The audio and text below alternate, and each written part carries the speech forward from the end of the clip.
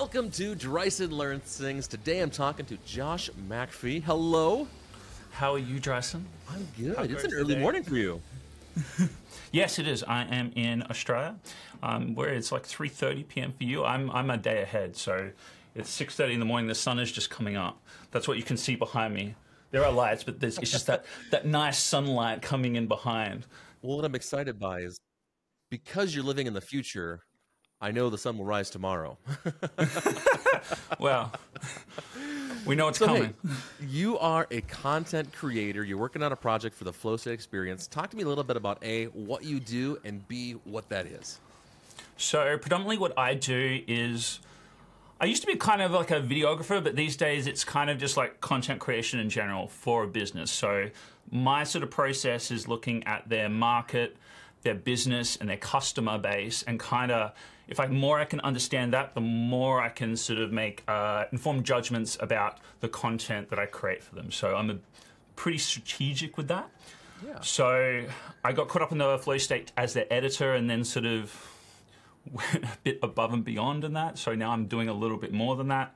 But the idea of the Flowstate Experience in this particular project is it's an online platform for wellness. So for instance, if you're doing yoga, breath work, want to get engaged in conversations with people or ideas, the intent behind it is to create a community of like-minded individuals. The founders used to do a music wellness retreat, and they found that worked really well, where they did like yoga, yet again breath work. They had community leaders come in and talk about things, and it developed a real sense of community. So now they're trying to put that in the online medium, and I am there to help them create content for it and get people to come in and talk. You know, online communities these days, it's the rage. Which is the point of all the marketing stuff that we do. So, specifically, with what you're doing here, what is one like a thing specifically you're really proud of that you're putting forth for the Flowstate Experience? Well, so for instance, image generation, like with AI these days, that's something you couldn't do last year. Like there was a limited access to it. So this year, it's sort of a new space. So the way I've been kind of utilizing it is, say if someone says something or you've got a talking head, blah, blah, blah, but you need to make something visually exciting and also be able to show and not just tell. So being able to train a chatbot and then get it to understand the style and the brand guidelines and then kind of create an image based on that, that's been a really cool process. And being able to kind of create a sense of style or what's the word, sort of uniformness, which is extremely hard with AI image generation, but getting there. But that's been one thing. It's just like, it's been able to craft pictures and things that look creative as well, that explains the concept. So that's been cool. That's one thing I've played with a lot lately, is just trying to figure out, okay, if I've got an AI and I want it to generate something, but how do you get to live in that same realm of like, okay, these 10 things actually look like they could live together as opposed to just random, you know, things. How have you overcome that? Talk to me a little bit about it.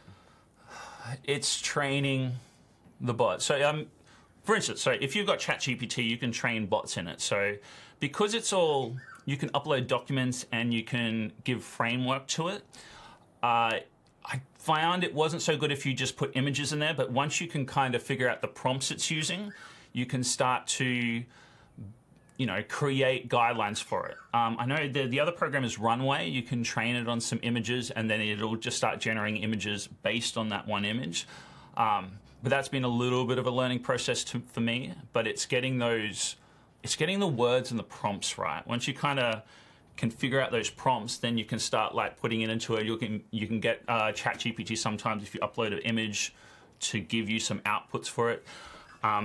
And then if you can grab those prompts of what it's using to ask the image generation and ChatGPT, you can start to kind of piece together prompts that are going to give you in the realm of. It still takes a little bit, but I'm getting there. But that's been something like, I'm just like, oh, wow. Like I'm starting to create things that look fairly similar. So that's been a kind of a bit of a learning process for me. And that's something never had access to before as an editor. Usually you're just like, oh, I've got to explain this graphic, or with a graphic, or I've got to explain this concept. How do I do that? So it's just a moment this year.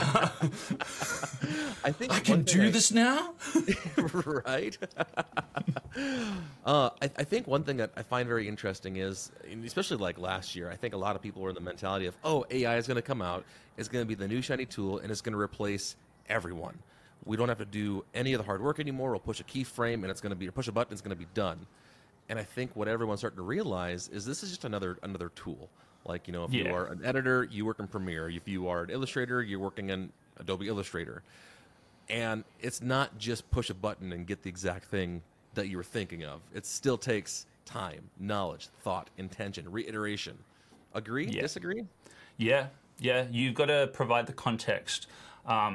So I find when I set up a framework, say if I wanted to create a script for a short video, if I set up the framework correctly of how I kind of go about making a video, then it understands the framework I use. It's not going to give me the greatest ideas, but it can give me feedback. So for instance, if you train a chatbot on like the brand guidelines of like a specific company, it's just like, okay, when I come to it with asking about the content, it can be like, oh, your brand guidelines, this might be a sort of better avenue to kind of go down, or you could suggest this, and you go, oh, okay, cool. You still have to work with it, and you still have to give it context. When it draws from too much information, it gets really vanilla, broad kind of strokes. But once you kind of go, okay, once you can tell it the specific situation that you're really wanting to dive into, and you can communicate that, that's when it kind of starts to get you stuff that you're like, oh, that actually works really well. And it gives you feedback. Absolutely. Cool. I use it for my ChatGPT just to kind of get my brain thoughts organized so I can actually make a better script. So a big part of Drysen Learns Things is just saying, like, we did the thing, we learned the thing, but did the thing actually work? And I know the Flowstate Experience hasn't launched yet, so this is kind of getting a little preemptive. But overall, how do you think what you did is going to help impact what they're doing? Well, we've gone in there with the right information, so we can at this stage kind of make guesstimates. They know their customers pretty well, so because they've had a lot of that feedback from the festival that they did, they've got a pretty good idea of what their customers are into. I just kind of will have to sometimes pick their brain and kind of figure it out. They're still providing all the information, and they're all great on camera, so that's super helpful. It's just kind of taking what they've done and being like, okay, how can I add my touch, or how can I create a pathway? Because when you've got any bit of content, it's like, there's a point A, then there's a point D, B. So it's like, what's that expectation at the start, and how do we meet that expectation at the end? So the next thing as we launch is just then to get the analytics, and that's another thing, just get all the information on what worked and what didn't. And then reiterate and try again and keep moving forward. It's always this, that's it. Like, like we know it. Like, that's just go, okay, what worked, what didn't, and you like be like, oh, I thought that would work, but no one likes it. The worst. And then this thing, you're just like, oh, whatever. Now, why don't you? I'm like, okay, well, that's cool. I'll do something different then. It's just amazing to be in a time when you can get that straight feedback too. By the way, that's super helpful. Absolutely. Well, Josh, this has been an awesome little chat here. Again, thank you for getting up extra early today just to talk to me on Drysen Learns Things. I appreciate it. You're a wonderful personality to wake up to, Drysen. I will try to be the sunshine in your cup of coffee this morning. Today's workshop, or today's podcast, I should say, is brought to you by the Discovery Workshop from Made by Things. If you're looking for a content partner to help identify those marketing gaps in your marketing plan, that's what the Discovery Workshop is. Again, Josh, thanks so much for jumping on. I appreciate it. And everyone else, I'll see you tomorrow. Thanks for having me. Drysen Learns Things is brought to you by the Discovery Workshop from Made by Things. If you are looking for a content partner to help you brainstorm, set goals, and create content that truly resonates with your audience, check us out at madebythings.com/discovery.